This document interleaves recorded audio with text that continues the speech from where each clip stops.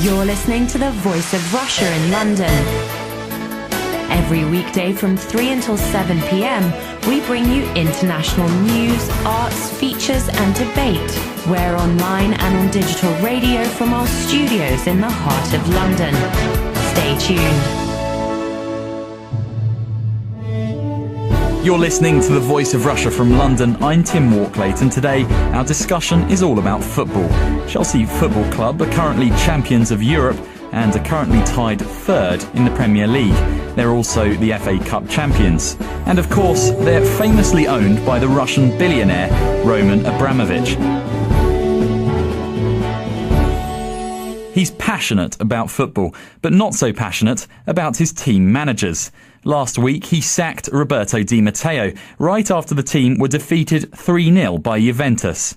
What's interesting is that over the past 6 seasons, Chelsea has had no less than 8 managers. And Di Matteo was arguably the most successful of them all. So does that make Mr. Abramovich a good club owner or a bad one?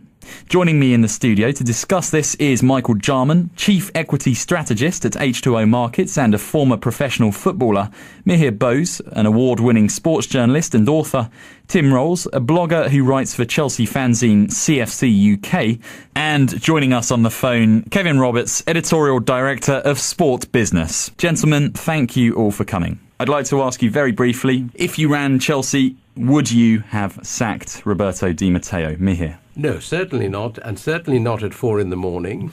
But then Chelsea is run by a very rich man who considers it his play toy and his train company, if you like. So I suppose he's entitled to do that. But no, I mean, on any rational basis, you don't do that.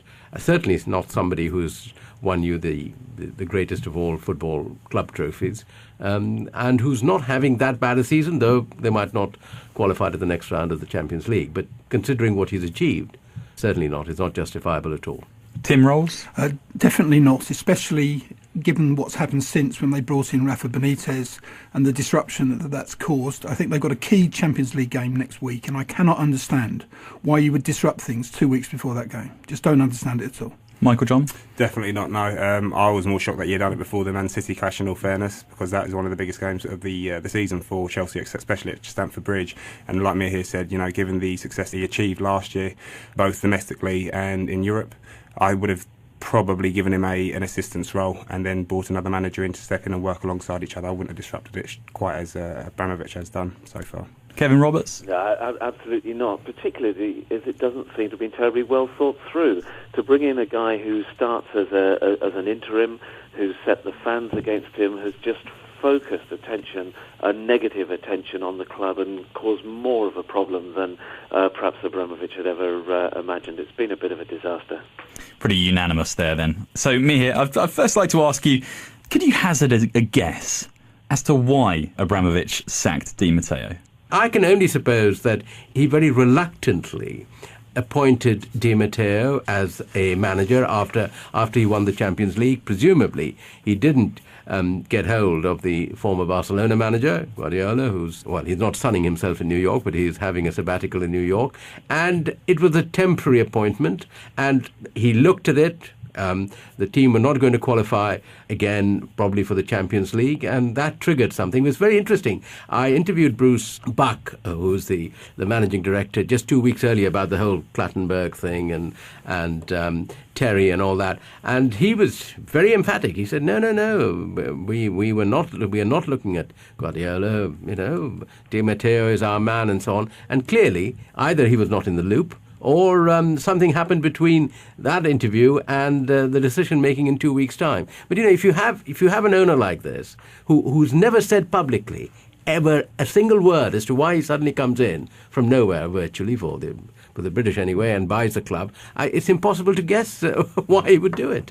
I guess it begs the question as to why didn't he just get let go at the beginning of the season or in the pre-season after he'd won the Champions League, Michael? I think he was in a sticky situation because of the success that I think Di Matteo and the Chelsea squad achieved last season. I think it was almost kind of, he was pushed to kind of give him the opportunity to do so. What does he care about that? Why should that bother him? You know, you've got to remember, look, this club isn't making Abramovich any money, so for him it's more of an emotional aspect. Like Mihir said, it's his toy set, his train set. that he wants to play with every now and then. And I think where he should be more focused on the commercial side of things, he's made a big mistake in number one, giving him the opportunity to do. If you give someone the authority to run your squad and control your team on the pitch for the next season, I think you have to have complete and utter faith in that manager and give it time. Looking actually on paper, this is one of the strongest Chelsea squads that I've seen in a long time. Their midfield is absolutely impeccable. They've got a strong defence with some of the additions that they made last season. The only thing they lack is a little bit of momentum up front with the likes of Torres. He's obviously allowed his emotions to dominate and rule his head, and I think he made a big mistake in letting him go, especially as early as we are into the season. He should have brought someone else and drafted. I must say, the story I've heard, and I can't advance this as proof, that just before the match against Juve, when he saw the team sheet and Torres was not there, he made it clear that if Torres didn't play, Di Matteo was going. This is the story that's been going round. I can tell you that I've got a few friends that play football, and a couple of them may happen to play at Chelsea, maybe not. So I think a lot of that speculation was kind of quashed and drummed up by a load of hocus-pocus media representatives who wanted to kind of stir something and create something. The boys, I think, that I've spoken to are generally just upset and a little bit distraught at the way it's been handled. But all in all, they're there to do a job, and they know that at the end of the season they've got to be contending for the Premiership. What do they think of Mr. Abramovich? I mean, what do they know about him? You know, you got to remember. I'm just talking from experience because I used to play football. He's an owner that gives them lots of. He dangles lots of carrots in front of their face. You do this, I'll get you my bow. He is actually in effect one of the lads. So I don't think there's a lot of. It's not that they disrespect any of the decisions he's made. I think he's just trying to get involved with something he doesn't understand. Football is an industry that you either know or you don't know. If you're coming in to buy a club, you need to be taken. We saw it with the Renkies last year, and Blackburn starting to sack players and get rid of managers, should I say. I think it's really, really dangerous when you start mixing business with football. Football is kind of controlled by the success you achieve on the pitch. And the minute you start bringing commercial aspects into it, who the right manager is, whether it's the right profile of the club or not, or whether he's winning you games or not. It took Fergie a long time to get any traction at Old Trafford, and look at what he succeeded. Rome is not built in a day, and I think Abramovich sometimes needs just a little nudge to remind him of that. Kevin Roberts, would you agree with that? Yeah, pretty much. The point about Alex Ferguson has been made many times before. He was within a gnat's whisker of being fired before they beat Palace in a replay and to win the FA Cup in 1990, I think it was. But there are also vibes around a club, and things have changed since those days. There is such enormous pressure, and I think I've not met Abramovich. I don't think he does himself any favours by never communicating through the media. And it's funny, isn't it, that we've got two clubs, Manchester United and Chelsea, whose owners just simply exist in mysterious vacuums. But one can only imagine that when you do invest that amount of money, you're putting something of yourself into it. You do it for emotional reasons, has been said, but you also do it as something of a sort of badge of pride among your peers, etc. And the performances are massively important to people like that. The prospect, having only picked up a handful of points from 4 or 5 Premier League games, a very real prospect of going out of Europe. When you're funding a club to the extent he is, any kind of failure is going to seem intolerable to a man who gets exactly what he wants when he wants in every other aspect of his life. You're listening to The Voice of Russia from London.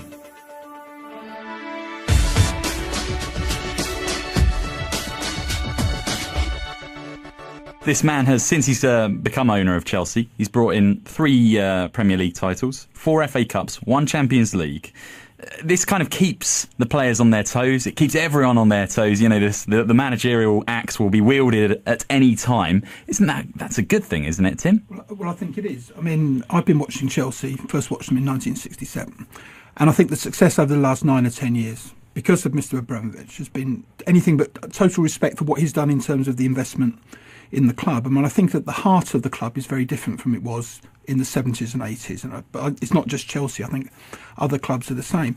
And I think the problem they've got is that he's advised by a board of directors who don't appear to understand the psychology of the supporters. If they didn't see the Benitez business coming, someone surely would have said to him, because last season when Villas-Boas went, just after he went, we had a game at Birmingham in the FA Cup and they would chant, "Rafa Benitez, you're not wanted here," very clearly picked up on television. And yet, 8 months later, we appoint Rafa Benitez. Now, he Mr. Abramovich can't be running the club on a day-to-day basis, but there are people, they're highly paid people who are, and I just wonder what sort of advice he's getting. I must say, I find this a very interesting fans analysis. Abramovich, obviously his money converts Chelsea from an interesting club, could on its day beat anybody but never really won anything. They hadn't won anything between 1970 and I think the late 25 years or something. But this is a great fan's perspective. But of course he's a great god, he's brought the money in, so he can't be blamed, it must be his advisors. No, Abramovich is a very clever man. Nobody makes that sort of money with that sort of, without having business skills. So if he's being badly advised, it's his fault. Why doesn't he look at the board? And I cannot, and he actually takes a lot of interest compared to, say, Sheikh Mansour or the Glazers. You always see Abramovich very public when Chelsea are playing. So he is a very hands-on man, from all I can gather. So these are his decisions because this is his style of management. But as you said, his style of management also works. His success ratio is as good as anything, though, of course, even at this point in time, better than even Arsene Wenger at Arsenal. The problem you have is the club lacks a foundation at the moment. So it's all well and good him pumping all this money in, season out. But what young YTs have they brought through the ranks recently? Other than Ryan Bertrand, I haven't really seen anyone with real talent come through the Chelsea rank system yet where I can sit there and say, do you know what, he might be a future England prospect. Well, Josh McEachran could have been, but where's we kept buying players in, so he didn't get the chance, and now he's at Middlesbrough on loan. But isn't there this foundation that's been at the heart of Chelsea on the pitch since the beginning of the Abramovich era? There's Theyre, there's Lampard, there was Drogba later on. That's the same as Manchester United. That's the Scholes, Giggs. They all need replacing at some point, don't they? And if you haven't got someone coming through the system, I mean, although Fergie's had to go and acquire his... Theyre has come through the system. Lampard came from West Ham, and Drogba came from abroad. So no, you're right. But you see, what people around Chelsea or Abramovich will say, well, look what the club does. They're building up academies all over the world. They're doing things. They're spreading football, things like. And the club on social activity has done quite a lot. In that sense, yes. But it hasn't built up. But then there are not too many clubs that are actually getting young players through. I disagree massively. I think Arsenal and Manchester United have repeatedly. I mean, Arsenal, there's a club that spends no money, but yet season in, season out, careless of whether they're winning trophies or not, they're still a consistent threat, and they pose a threat to any of the top 4 teams that they play on a weekly or monthly basis. I think also if you look at the fact that, look, let me ask you this, it's a simple question. Who do you think in the changing rooms and amongst all the players, who do you think runs Manchester United? Alex Ferguson. So when you're talking about Abramovich being advised, when the Glazers advise, they're probably advised on by Fergie and then his peers in and around him, but Fergie's decision is kind of the one that is taken most seriously. And until Abramovich can put his faith into a manager that can run Chelsea Football Club on the same level that Arsenal do with Arsene Wenger and Manchester United do with Alex Ferguson, I think they're just going to be changing managers season in, season out. Will that ever happen, though? It's going to... I think he's going to have to swallow a little bit of pride, and it's maybe a little bit of a dent to his ego to allow it to happen, because it is, like you said, it's his baby. He's put a lot of money into the club. He's made Chelsea a real threat. And I've got to say to him, I'm a Man United fan. You can probably hear it by the tone of my voice and what I've been saying today. But we have got one of the weakest squads I've seen in a long time, yet here we are sitting at the top of the league. Chelsea, on paper, should be demolishing teams like us. And maybe potentially the most potent strike partnership in the but you look at our midfield, the midfield is where we've always dominated. And with the greatest respect, fine, we've got some great players coming up through the ranks still, but Young hasn't been on form. Valencia hasn't been on the greatest form this season. We lack real momentum in the central park. And then you look at Chelsea's midfield, where they can control games. Ramirez, Hazard, Oscar, Mata. They can just reel names off of the bench. They've got actually a very, very good first 11. They lack a squad and they lack depth, and they're not going to get that squad built until they employ a manager that they can put faith in and then allow that system and that strategy to play out for the next 2, 3, 4 seasons until it starts to pay a dividend. Yeah, but you've actually touched a very central point. The American owners follow a philosophy which is held very strongly in America, which is you appoint a coach and you let him get on with it. Yeah. And that is you take the Patriots and the NFL. They've only had 2 coaches since Robert Kraft took over. That's what they do. But we are dealing here with a man of whom very little is known. Yeah. This man, the only time I've ever seen Abramovich in real life is when he was summoned to a press conference by Putin after Russia won the World Cup bid, and he sat there very nervously in the front row. That's the only time any of us have ever even set eyes on him, apart from seeing him at a distance. So, you're dealing with a very maverick owner who, as you say, has has put in a lot of his own money, and that's how he wants to deal. I think the closest he came to a Ferguson-like figure was Mourinho, probably. The closest. Yeah. And then Mourinho suddenly, with a puff of smoke over perhaps... but why? Why? Well, we don't know, but what I was told was this was a difference over Shevchenko, and they had a passing exchange in a corridor, and the next thing Mourinho had gone. Because Mourinho wasn't running the club, that's why it was. It was because Abramovich was controlling the dressing room talks effectively, picking but the he's the owner, so I don't know what... You see, we don't know those details. I mean, we can only speculate, because nobody has gone inside Chelsea and told us this is what happened. A lot of things happen in Chelsea. People change, their chief executive has gone, all sorts of changes go on. To a certain extent, occasionally, Bruce Buck comes out and says a few things. But on the whole, Chelsea is a very mysterious organisation. Would you say that the Abramovich business model of being very ruthless in sacking managers, does that work outside of football?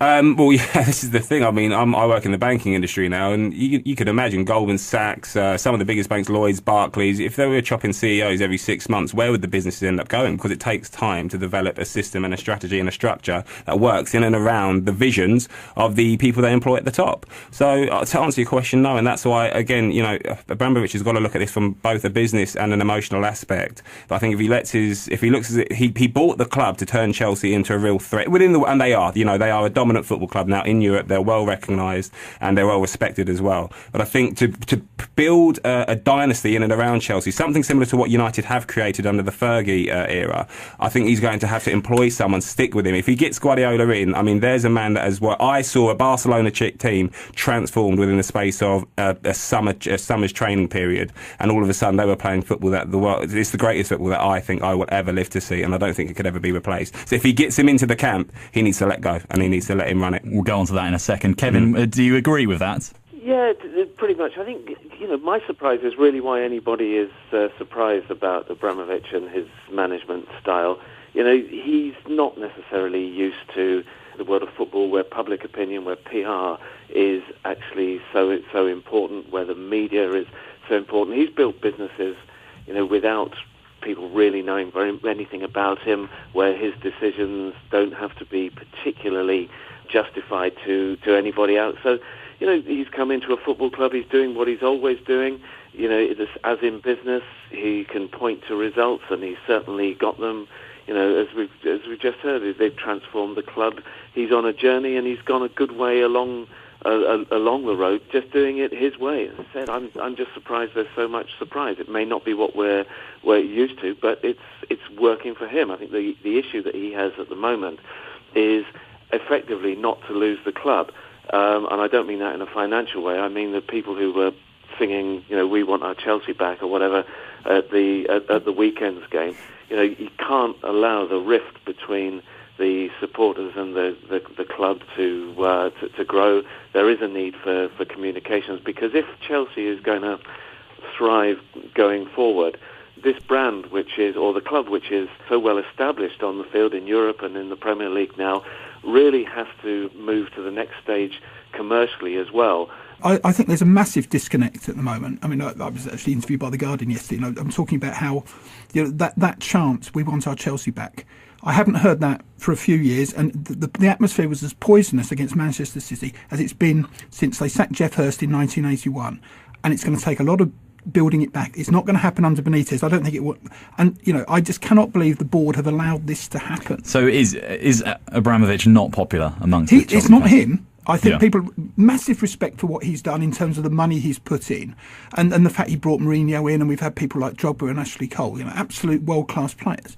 I think that the issue is that the club have allowed themselves to get in a position where they're almost a laughing stock, what's happened in the last night. I mean, I was in Turin. Nobody was talking about Di Matteo getting sacked. You get home, you get up in the morning, and you find that he's gone. And then you find later in the day that Benitez has come in. It's almost like a bad dream. But I don't think people blame him. I think the fans, and I accept there's another view on this, but the fans would blame his direct advisors, which would be Bruce Buck and Ron Gurley.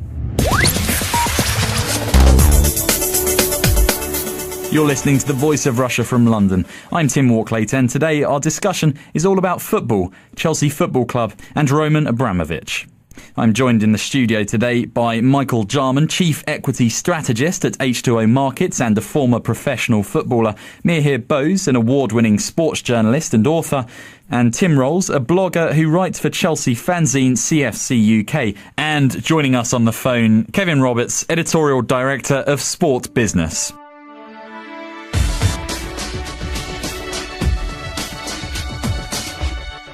Mihir, Guardiola, he's hotly tipped to come in at the end of the season. Why would he want to come to Chelsea in the first place?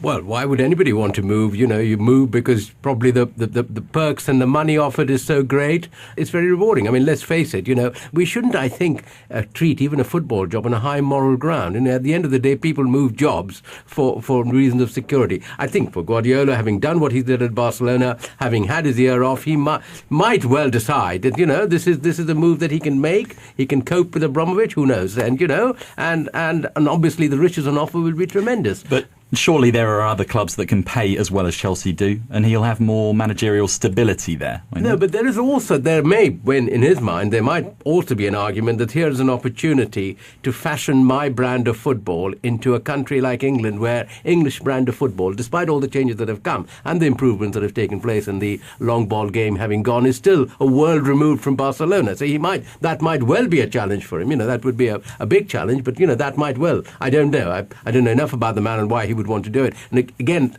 on this track record, that might not be a good thing to do, but who knows? And you know, one must never forget the monetary rewards that go with these jobs. I mean, if he came to Chelsea, doesn't this go against his ethos as a manager, what he did at Barcelona? There is too much of a risk of him being part of the conveyor belt and just being sacked within 6 months. I think, you look at two things. Number one, cash is king. So we don't move jobs just to get on the moral high ground. We move jobs because it pays good and pays very well. And you look at some of the payoffs Abramovich has spent out of his pocket over the last few seasons. I don't think Guardiola would mind if he... £86 million on paying up the contracts of sacked managers alone. There we go. So I've thought of worse things that could happen. Probably Guardiola's looking at the same thing there. But nevertheless, if there was a club to go to in England, you've got to look. Mancini's not going anywhere. They are the sheikhs over at Sheikh Mansour over at Man City. I think he's got it kind of right. You know, there's been a couple of times City have wobbled, and there's already speculations Mancini's out. He's building a slow but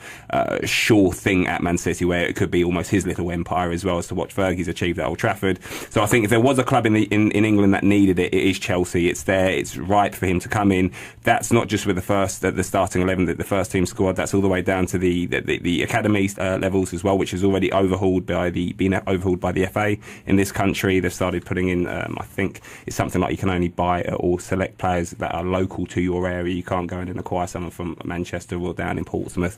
So he can start implementing his philosophy from the ground up. And I think on top of that, if you look at the fact that is one of the strongest midfield teams I've seen in the Premiership for a very, very long time. There's a lot of flair there. I'd be licking my lips if I was him coming here thinking, right, okay, if I can get them playing football the way we did at Barcelona, I can kind of impose my worldwide view on Mr. Abramovich, and hopefully this time he will take a backseat. And hopefully the idea for Mr. Abramovich is to work a relationship with Guardiola and try and make him his closest advisor. So the advisors that are in and around him, whoever else is giving him the views on how the team should be managed, I think it should be Guardiola that comes in and says, right, this is what we do. And they almost they work as a team together. Tim Rolls. One problem we have at Chelsea is we have a technical director, I think his title is Michael Emenalo, who seems to have emerged from somewhere. And he seems to buy and sell the players. And he's clearly giving advice to Mr. Abramovich on footballing matters. But he's not the figure of authority in the game that you'd expect. And I agree completely.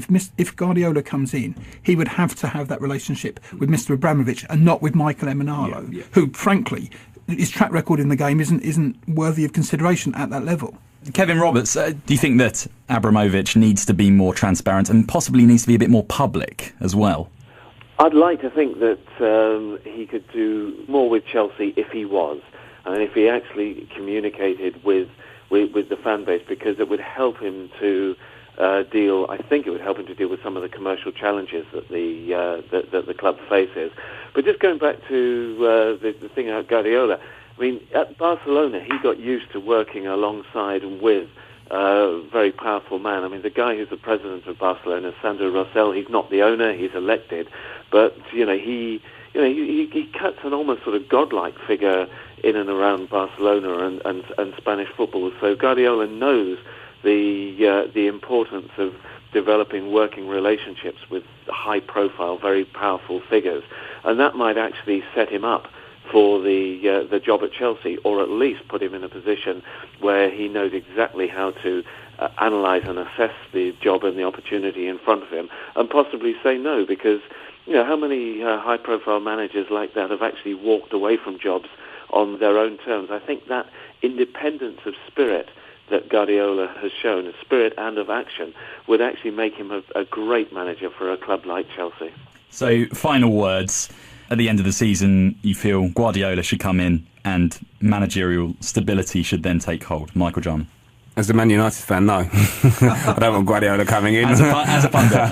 No, someone sitting on the fence looking at it from a footballing perspective, then yeah, Guardiola should come in. I think the fans seem to want him. I think Abramovich obviously does seem to want him. That's why his name's been punted around enough times. So yeah, I think he needs to come in, but then Abramovich needs to take the foot off the pedal. I don't think he needs to be more public. I think if Guardiola then comes in, he needs to let Guardiola control the show, give him 2 or 3 seasons, expect that, here, this is what I'm going to be giving you money, this is what you're going to have to invest into other players, this is what you can do with the youth system, this is impose your worldwide view on me. I'll give you 3-4 seasons to implement that, and let's see how you get on. Then maybe 2 seasons in, if it's not working, get him out of the country as soon as possible, and then we can get Jose Mourinho over at United. Fergie can take a back seat, and we're champions again. Bonus. Tim Rolls.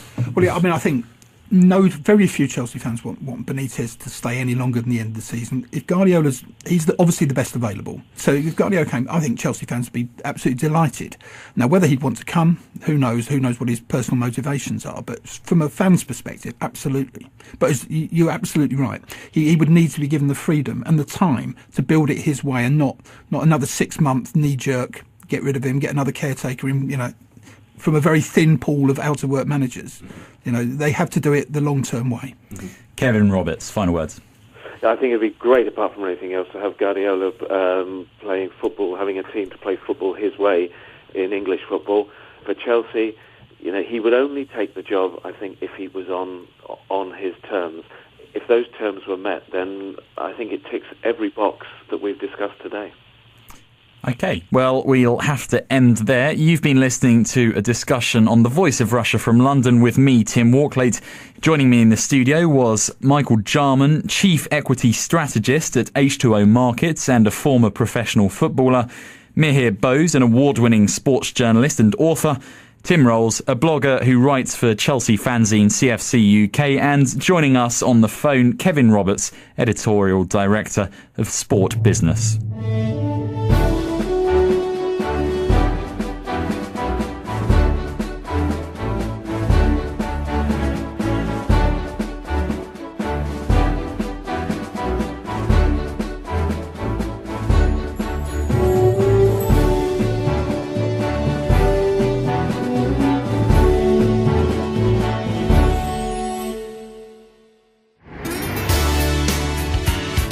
You're listening to the Voice of Russia from the heart of London. On weekdays, we broadcast live from 3 p.m. until 7. We'll bring you news, current affairs, features and debate.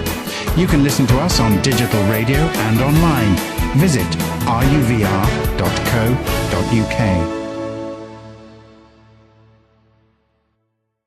I suppose he's entitled to do that. But no, on any rational basis, you don't do that. Certainly it's not somebody who's won you the greatest of all football club trophies, and who's not having that bad a season, though they might not qualify to the next round of the Champions League. But considering what he's achieved, certainly not. It's not justifiable at all. Tim Rolls?